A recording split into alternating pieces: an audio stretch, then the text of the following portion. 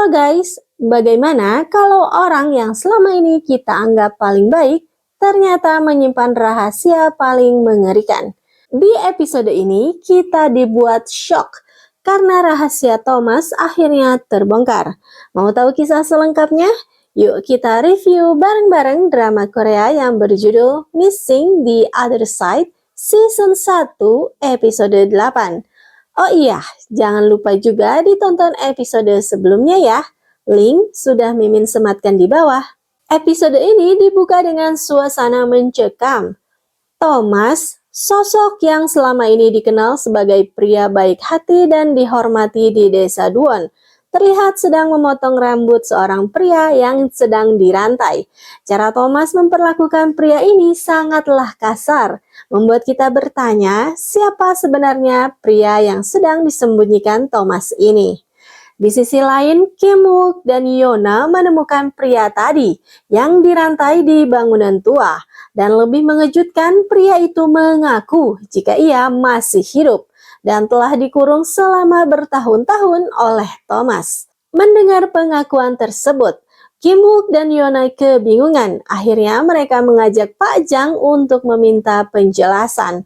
Dan disinilah pengungkapan terbesar dalam episode terjadi.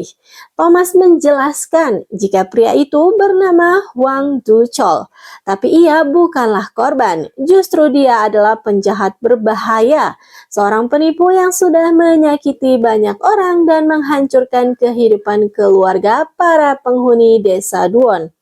Dengan memeras harta keluarga yang masih hidup dari warga desa. Untuk itu Thomas bertindak sendiri dengan mengurungnya. Bahkan bukan hanya Hwang Du-chol, ada beberapa kriminal lainnya yang juga bernasib serupa.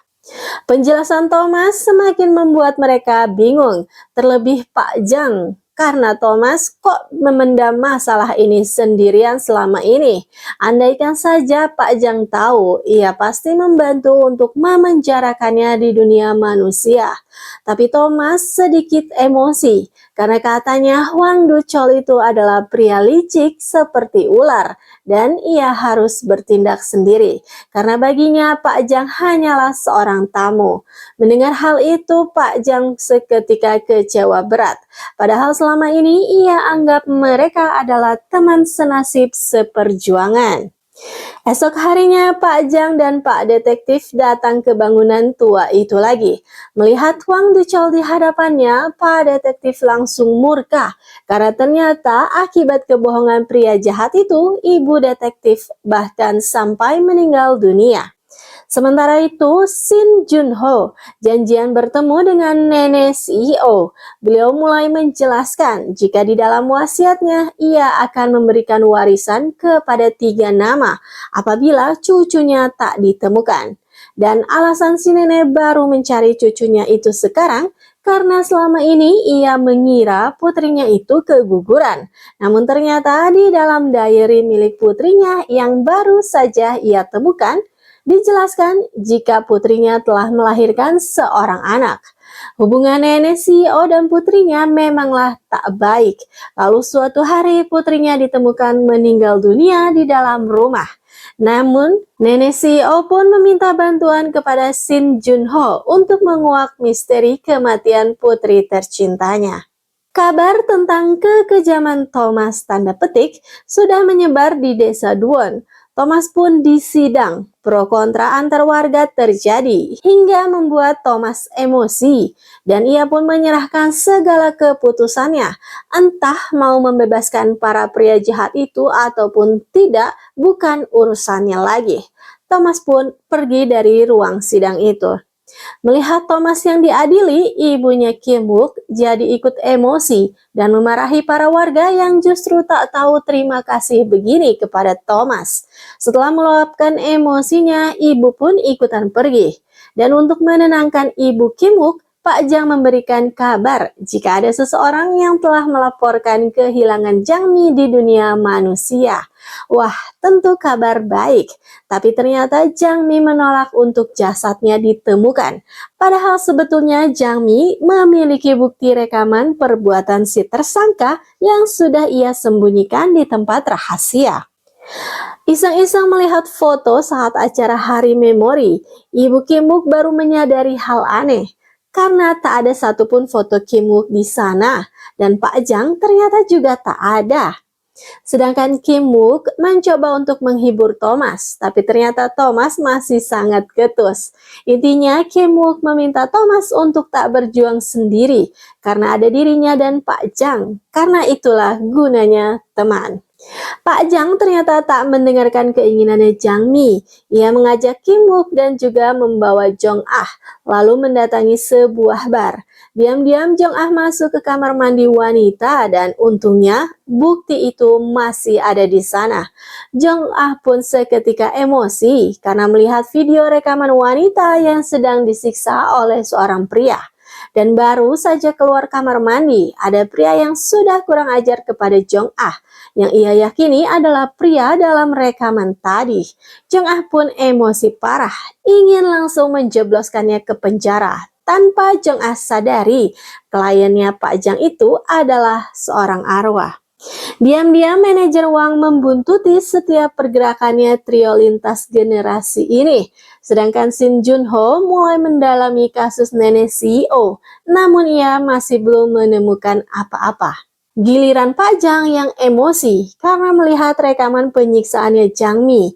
Ingin rasanya segera menangkap si pelaku, tapi ia masih bingung karena Jang Mi sangat senang ada di desa. Yona memutuskan untuk membebaskan Huang Duchol, tapi Thomas tak peduli, itu bukan urusannya lagi. Namun begitu, Thomas meminta Yona untuk tak terlalu berharap banyak.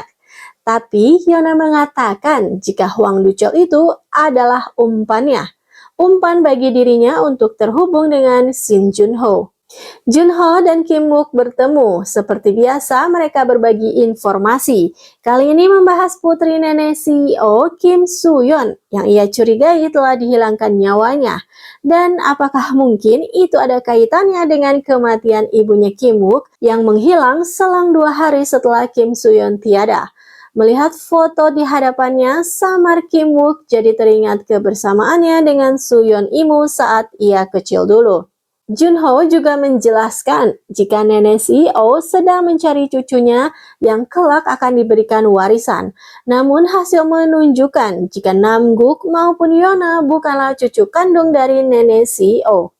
Setelah berpisah dengan Kim Wook, Junho mendapat telepon dari seorang pria yang langsung meminta tebusan karena ia mengatakan tahu keberadaannya Choi Yona. Setelah yakin pria itu tak membohonginya, Junho pun meminta timnya untuk gercep melacak keberadaan si penelpon.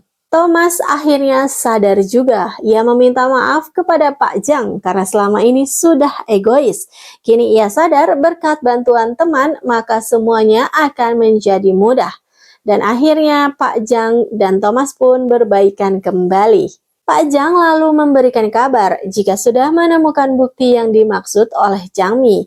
Ibu Kim pun ikut senang mendengar hal itu, tapi Bu Kim juga meminta Pak Jang untuk mencari jasadnya Kim Wook. Ibu jadi merana kembali karena sebagai ibu ia tidak tahu penyebab anak kandungnya meninggal.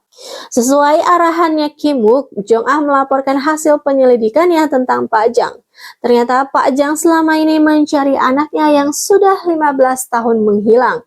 Istrinya bahkan menghilangkan nyawanya saking sedih. Dan ia pun berkeliling negeri, bahkan semua harta bendanya kini sudah habis. Ia gunakan untuk akomodasi. Mendengar semua fakta ini, Kim Wook pun hanya bisa melongo tak percaya.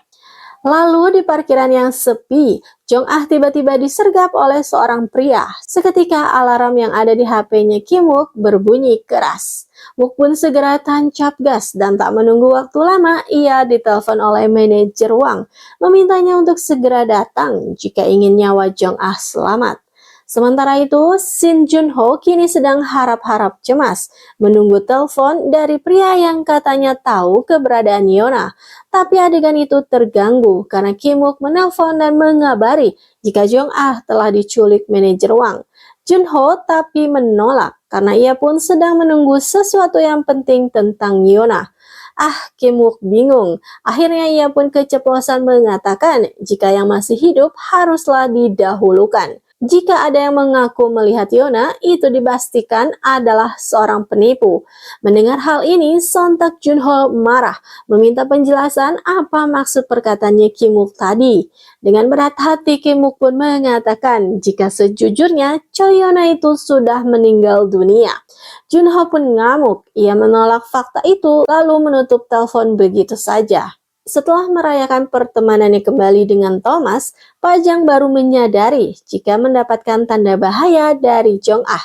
Pajang pun segera melesat mendatangi tujuan. Junho akhirnya mendapat telepon dari pria itu lagi. Mereka pun janjian bertemu saat itu. Tim lalu bersiap siaga. Di sisi lain, nyawanya Jong Ah beneran sedang terancam. Kimuk diam-diam menyelinap masuk dan dengan strateginya bisa dengan mudah melepaskan ikatannya Jong Ah. Kimuk pun meminta Jong Ah untuk segera pergi dan Wook dengan seorang diri melawan para penjahat yang berjumlah banyak itu. Hingga akhirnya kepala Kimuk dihantam benda keras dan tiba-tiba semua menjadi gelap.